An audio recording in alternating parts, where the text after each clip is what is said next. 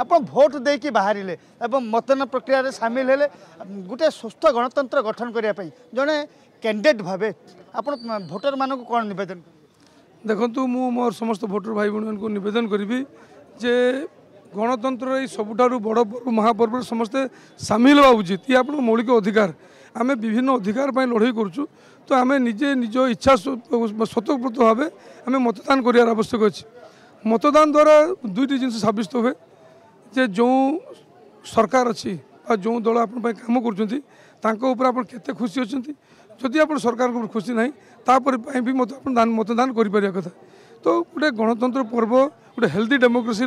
symptom हूँ 100% voting हमार आवश्यक अच्छे तो आजिकल मुझे भोटर मैंने बहुत सचेतन है विशेषकर यंग भोटर्स से सचेतन है मतदान ह्रास मतदान परसेंटेज निश्चित भाव में आगे बढ़ी बढ़ी चलो देखुं भोटर मान मोड कौन